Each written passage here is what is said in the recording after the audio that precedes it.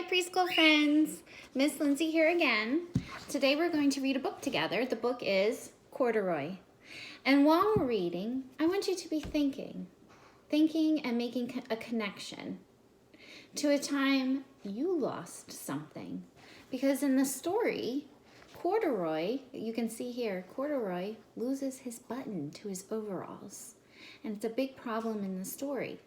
So while we're reading, you're going to be thinking of a time that you lost something before. So keep that in mind while we're reading the book. We're going to make a connection, okay? The title of the story is Corduroy. It was written by Don Freeman. This is the cover page. So let's turn to the title page. The title of the book, we already said, is Corduroy. It says story and pictures by Don Freeman. So he's the author and he's the illustrator. Remember, the author writes the words and the illustrator draws the pictures. Good job. You might hear that noise every so often. It's my two birds. I have two birds at my house. I have a little yellow bird named Sunny and I have a bigger green bird named Rosie. So if you hear that, it's my birdies. Just so you know. They like to talk a lot. Let's hear about Corduroy and his lost button. Corduroy is a bear who once lived in the toy department of a big store. Day after day, he waited with all the other animals and dolls for somebody to come along and take him home. There he is in the store.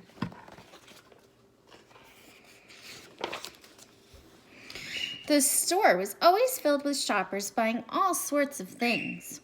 But no one ever seemed to want a small bear in green overalls. Oh, how do you think that makes Corduroy feel? Makes him feel sad, probably. Then, one morning, a little girl stopped and looked straight into Corduroy's bright eyes. "Oh, Mommy," she said, "look, there's the very bear I've always wanted." "Not today, dear," her mom sighed. "I've spent too much already. Besides, he doesn't look new. He's lost his button to one of his shoulder straps." Remember, try to think of a time you lost something that was special to you. Corduroy watched them sadly as they walked away. Oh, Corduroy's pretty sad. And look at the girl. How does the girl feel? She kind of has a sad face. Can you make a sad face? Good job. "I didn't know I'd lost a button," he said to himself. "Tonight, I'll go and see if I can find it." Oh, do you think he's going to find his button? Can you make a prediction? Let's see. He's going to go look.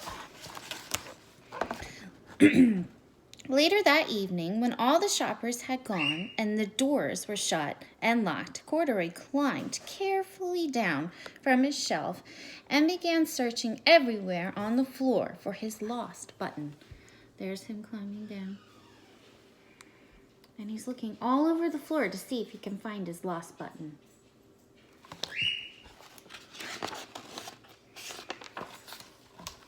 Suddenly, he felt the floor moving under him. Quite by accident, he had stepped onto an escalator. Up and up and up he went. Could this be a mountain, he wondered? I think I've always wanted to climb a mountain. Is it a mountain? No. Remember what they said it was? It's an escalator. Escalator. Have you ever gone up on an escalator before? Maybe in a big store like Corduroy? He stepped off the escalator as it reached the next floor, and there before his eyes was a most amazing sight. Look. So many things there. Tables and chairs and lamps and sofas and rows of beds. "This must be a palace," Corduroy gasped. "I guess I've always wanted to live in a palace." Is it really a palace? No, it's just a big store, right? He wandered around, admiring the furniture. This must be a bed, he said. I've always wanted to sleep in a bed. And up he crawled onto a large, thick mattress. There he goes, up onto the mattress. All at once, he saw something small and round. Why, here's my button, he cried. And he tried to pick it up. But, like all the other buttons on the mattresses, it was tied down tight. Oh, no. Is that the button he lost? Probably not. I think it belongs onto the mattress. He yanked and pulled with both paws until pop! Off came the button, and off the mattress Corduroy toppled. Oh no, there he goes. Bang! Into a tall floor lamp. Over it fell with a crash. Look, it's really loud. Look how he's holding his ears. You hold your ears just like Corduroy. Ugh. I bet he feels scared. Corduroy didn't know it, but there was someone else awake in the store. The night watchman was going his rounds on the floor above. When he heard the crash, he came dashing down the escalator. There he goes. Remember the escalator? He's going down the escalator, not up. Now, who in the world did that? He exclaimed. Somebody must be hiding around here.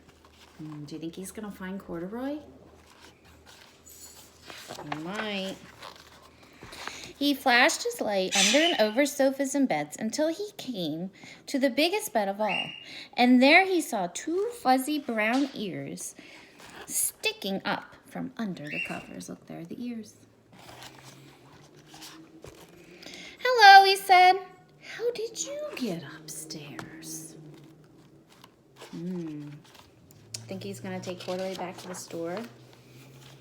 He might. The watchman tucked Corduroy under his arm and carried him down the escalator and set him on the shelf in the toy department with the other animals and dolls. There he is, back with his friends. Did he ever find his button? He didn't find his button. Corduroy was just waking up when the first customers came into the store in the morning. And there, looking at him with a wide, warm smile, was the same little girl he'd seen only the day before. Look, she came back. I wonder why she came back. Why do you think she came back? I'm Lisa, she said, and you're going to be my very own bear. Last night I counted what I've saved in my piggy bank, and my mother said I could bring you home. Oh, look, how is Corduroy going to feel? Somebody's finally bringing him home from the store. I bet he feels happy. Show me your happy face. Good job. Shall I put him in a box for you? The saleslady asked. Oh, thank you, Lisa answered.